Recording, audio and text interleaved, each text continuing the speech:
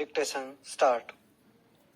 सभापति महोदय, प्रतिदिन छोटी मोटी झड़पें होती रहती हैं। हमारी फौजें बड़े उत्साह से उनके मुकाबले में खड़ी हैं। उनके हौसले बहुत ऊंचे हैं, लेकिन हमारी सरकार का भी यह कर्तव्य है कि उनके हौसले को कभी गिरने न दे। उन्हें हर तरह की सुविधा प्रदान की जाए, जिससे उनका आत्मविश्वास बढ़े। मैं मंत्री महोदय से अनुरोध करूंगा कि सरकार अपनी नीतियों के प्रचार का काम ठीक प्रकार से अपनी फौजों से करे। उनको अच्छे अच्छे हथियार दे।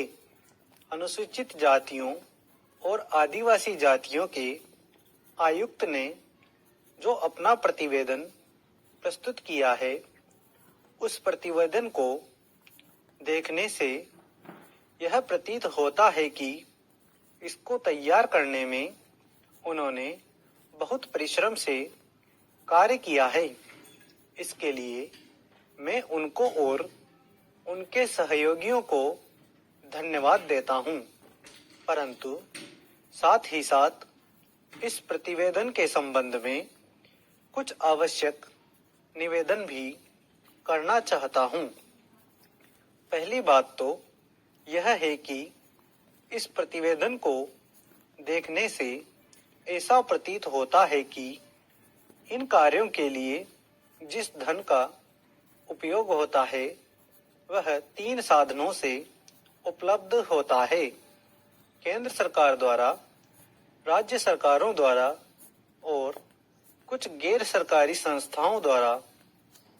प्रतिवेदन के अनुसार जितना धन इन कार्यों पर व्यय करने के लिए दिया जाता है, उतना धन पूरी तरह से व्यय नहीं हो पाता।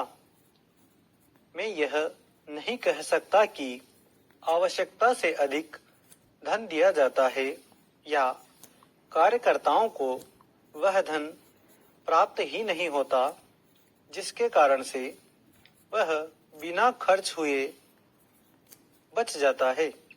मैं तो यह चाहता हूं कि जितना धन दिया जाता है, उसका पूरा उपयोग हो और आयुक्त को यह न कहना पड़े कि इस कार्य के लिए जितने धन की आवश्यकता थी, उतना धन नहीं मिल पाया और विवश होकर हमको उस कार्य को बीच में ही रोकना पड़ा।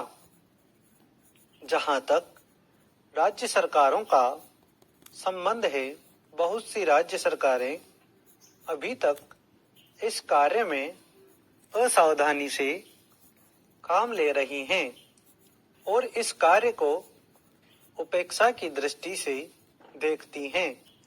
आयुक्त ने इस बात की शिकायत की है कि बहुत सी राज्य सरकारों ने अनेक पत्र भेजने के बाद भी अभी तक अपनी रिपोर्ट नहीं भेजी है। मैं चाहता हूं कि सरकार इस तरफ निष्ठापूर्वक ध्यान दे।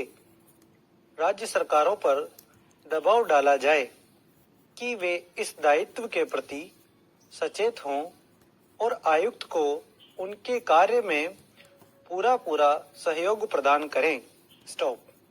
धन्यवाद।